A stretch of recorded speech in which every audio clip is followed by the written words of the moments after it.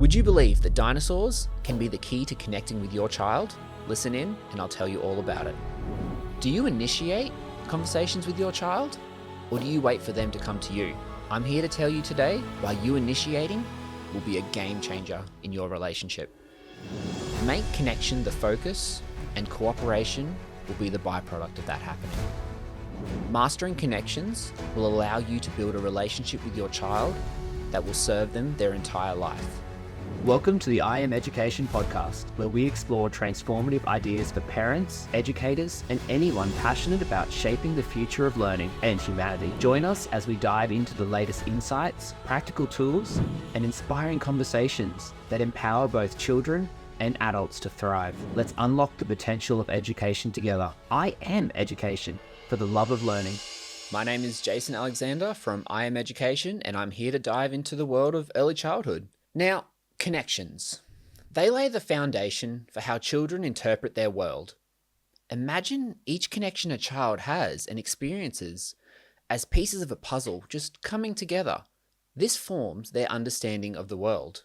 Now, just as a complete picture may require 1,000 puzzle pieces, the journey of a child's development relies on countless connections.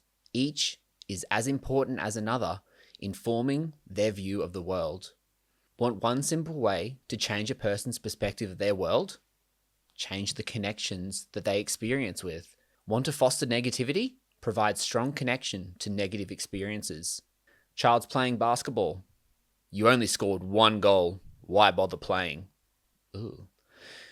Child has blue eyes. Wow, look at how beautiful brown eyes are. They finally get one-on-one time with their parent. No, sorry, I can't go there. I have to be with my kid. See how quickly that can overwhelm a child? Now let's shift to fostering positivity. Playing basketball? You scored a goal. I can see that you have been practicing so hard. You have blue eyes?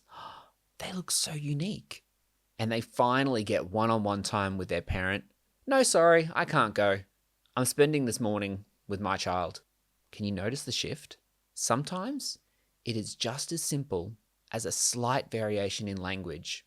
Have to, get to. Excitement, blurtness. Remember, children build their lens of the world through their connections. Connecting to negative language will place a negative hue on their lens. Now, connections themselves, they're actually neither positive or negative. They simply are. It is what you connect with that impacts your view. Take the news, for example. When you sit and watch the news, and it's story after story of financial issues, homelessness, this crisis happening here, this crisis happening there. There's a crisis on the moon. How do you feel after watching that? How do you feel after intaking all of that negativity? When you're connecting with negative things, it creates a negative lens that you view the world through. So take a positive thing. What can we use? Let's say you experience a heartwarming story of a child overcoming adversity, becoming this amazing member of society, and doing all these wonderful things. How do you feel after that? Do you feel inspired? Do you feel ready to go? Positive connections, negative connections, they don't exist.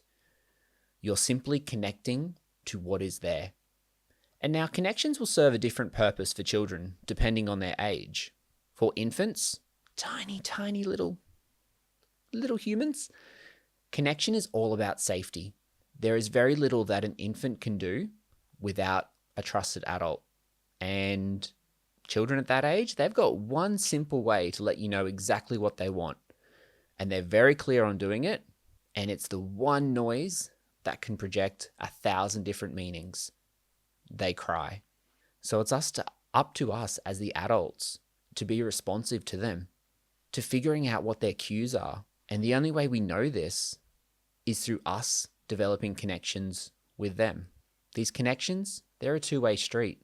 If we have negative experiences that we're connecting to, let's say my infant is crying and I'm trying to feed them and it's not working, and then they end up lashing their arms out, and then it knocks the bowl off the table and the bowl smashes on the ground, and then everything is just everywhere, and I'm feeling overwhelmed, I'm really struggling.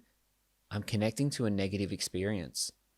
And so the next time the child cries, wanting food, I can immediately enter that feeling of negativity because of the experience that I connected to.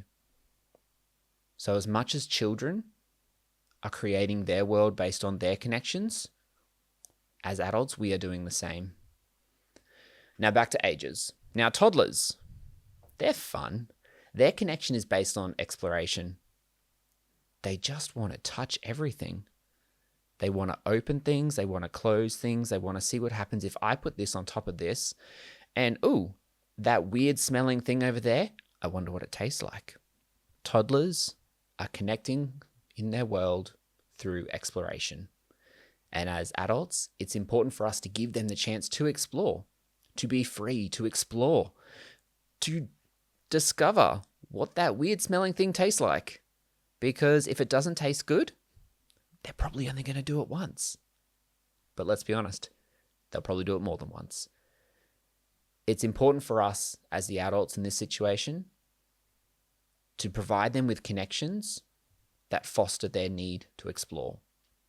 Now, when we get to a kindy age child, this is that 3 to 6 year old child. Their connections are based on autonomy and understanding. See how big I am?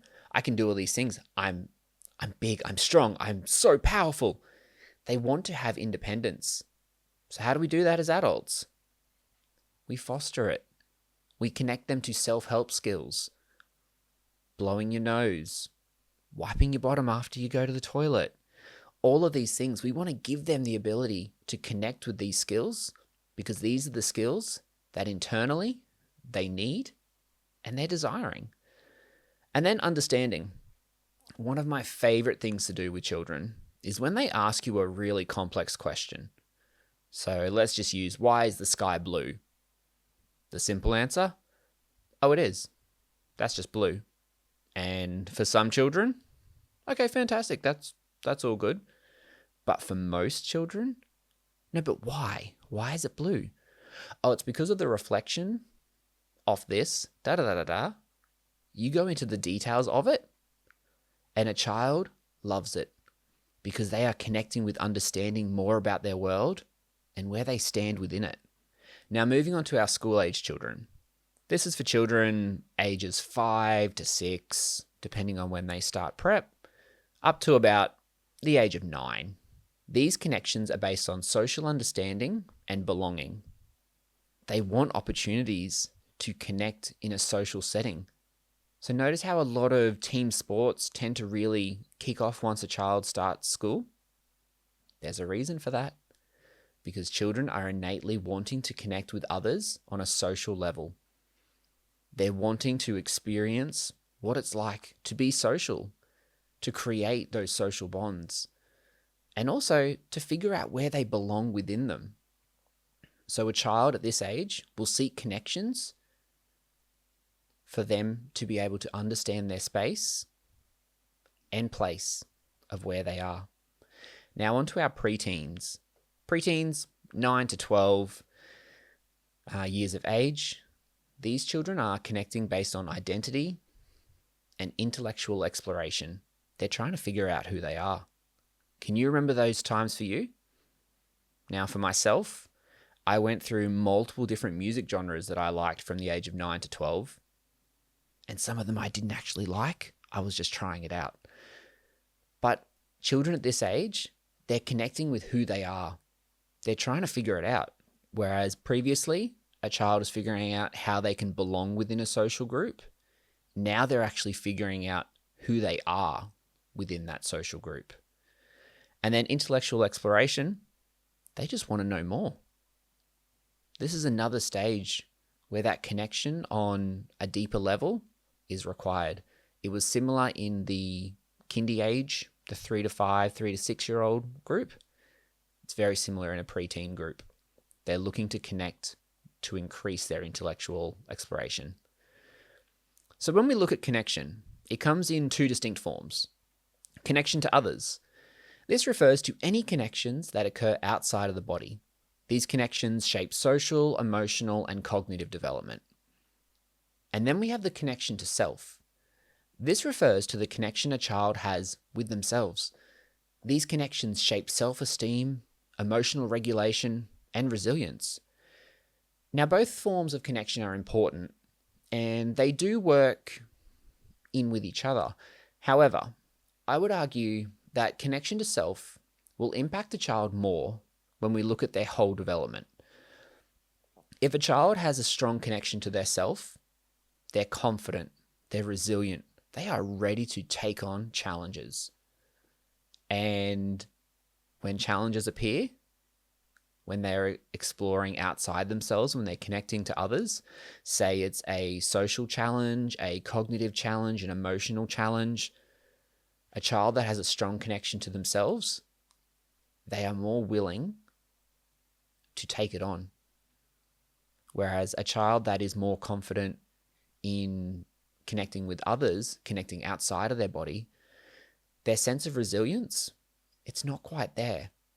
So when things become hard, often they don't have the ability to push back on that hard and to keep going, to keep forging forward. Now, after all of this, we can see and we know how important connections are for children. It greatly impacts everything a child believes about themselves and the world. It forms the lens in which they see themselves, they see the world, and how the two are interconnected. Now, I want you to keep that in mind when I speak into this next part, and feel free to answer them out loud or answer them in your head. I'm not there. I'm not the police. I'm not figuring it out for you, but I want quick answers. So the first thing that comes in, that's the one we want. Question 1, have you had a conversation with a child today? Answer. Did they initiate it? Answer. Following up, what was the conversation about? Answer. Okay, we got those ones. Now I'm going to ask them again. Did you have a conversation with a child today? Answer. Did you initiate the conversation? Answer. And if you did, what was the conversation about? Answer. Okay, have a moment to just consider those answers. If you didn't answer straight away, well, try asking yourself those questions again and answering them. Now, I would be confident in suggesting what your answers may have been. Now, this is based entirely on my almost 2 decades of experience in an ECE setting, but I'm pretty confident. So the conversation, if you're around children, it probably happened today. So let's just say yes. Now, did a child initiate it? Yeah, they did. What was it about? They wanted to tell you something about their day. They wanted you to ask to join them in with something. They wanted to find out something about their world. Okay. Am I hitting any points here? Now, let's say you initiated it. What was the conversation about? I would be confident in suggesting that you just asked them to do something. Is that hitting any nails on the head? And if I was correct in any of that, send an air high five my way. And now I'm going to explain to you why I came up with these answers. Children will typically initiate conversations that lead to connections. They want you to be part of something. They want to discover more about their world. They want to seek that inner connection to self through their interactions with you. Now, adults, we typically initiate conversations with children based on instruction. We want children to do something for us. So if you want a simple way to build more connections, change how you initiate conversations with your child. Build it off connections. Instead of going straight in with, have you had your breakfast today? That's a simple yes, no. And if it's a no, well, go have your breakfast. If it's a yes, fantastic. Now go make your bed. It's instruction on instruction on instruction. But instead, what did you have for breakfast today? Oh, I didn't have anything yet. Oh, go grab a bowl. Let's come sit down and we'll have breakfast together. And then when you're having breakfast together, we're having conversation. We're talking about our day. We're talking about our expectations. We're talking about those random thoughts we had at night when we were sleeping. And so if a child says, yes, I did have breakfast, I'll tell me what you had. I had toast this morning. Oh, what did you have on your toast? Vegemite. Oh, I didn't really like Vegemite when I was little. But now as an adult, it's my favorite when I put it with cheese. See how those connections are forming? It's not just instruction. Now I want to finish this podcast off today with something that you can take home with you. It's one of my favorite things to do, and I call it the Dinosaur Protocol. And it focuses on the premise that people love talking about things they are excited about. I use dinosaurs because of the age range that I specialize in working with. It's a common topic of interest, and there's also that sense of wonder that we actually don't really know. So a child's imagination can really run wild with it. And to be honest, also, I just like dinosaurs, as you can see. All right, so part 1. Identify a like of the person. In this case, what's your favorite dinosaur? The child, in this instance, we're going to say they say Triceratops. Perfect. And if you don't know what a Triceratops is, it's the 3-horn, one on the nose as well. It's a pretty cool little herbivore dinosaur. Now, part 2. Share your favorite correlating like with them. So me, my favorite dinosaur is the Ankylosaurus. And for those that aren't aware of who that is, it's the one with the club tail with lots of spikes. And he's really low to the ground. He's hard to eat. Part 3. We've figured out what their like is. I've shared with them what my like is. The connections are forming. Conversations are happening.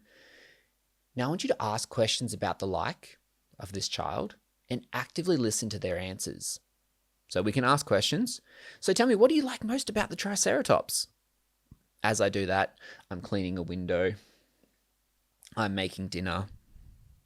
I'm on my phone, scrolling. That's a big one. In all those instances, I'm not actually listening. And so a child can then later on say, oh, tell me what you think about the Triceratops.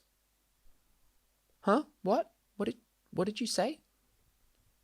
So when you are asking them questions about their like, actively listen. That means things go away. Take that moment to really give them your attention. So what do you like most about the Triceratops? I like that he eats leaves and he has really strong feet and he has horns, and whatever a child says, it's coming from them. Actively listen. Respond as you need to. Ask more questions. It's key. And then you might find the child will actually say to you, what do you like about your dinosaur?